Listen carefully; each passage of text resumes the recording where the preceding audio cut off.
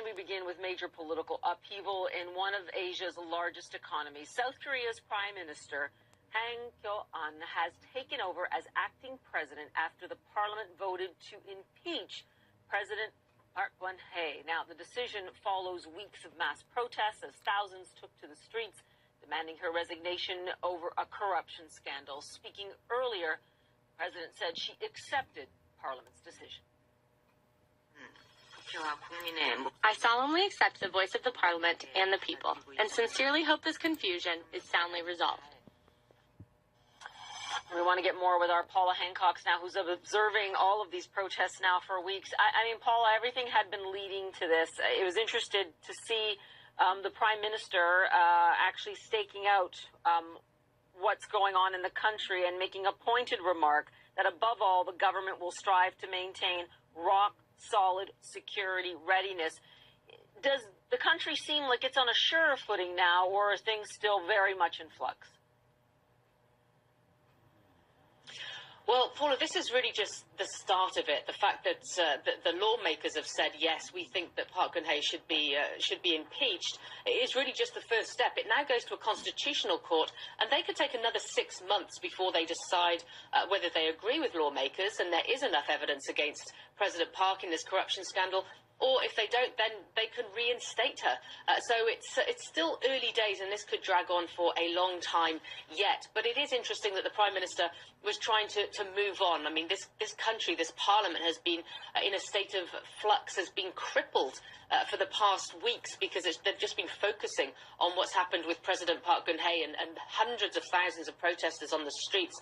So it's interesting that the Prime Minister mentioned North Korea, for example. We haven't heard North Korea being talked about much in recent weeks, saying that they have to be more careful about security now because obviously North Korea might take advantage, according to the Prime Minister, and also talking about President-elect Donald Trump, saying there are global changes, significant changes, and South Korea has to focus on making sure those ties are particularly strong. Paula? Yeah, Paula, it's really hard to overstate the significance of everything that's happening in South Korea in this context, right? We have a new government here in the United States. A lot of those large South Korean corporations implicated in this corruption scandal still trying to figure out what all of this means in terms of their place in the world economy. And then exactly like you said, even U.S. analysts saying right now, security analysts, that North Korea still remains one of the greatest security threats facing the world.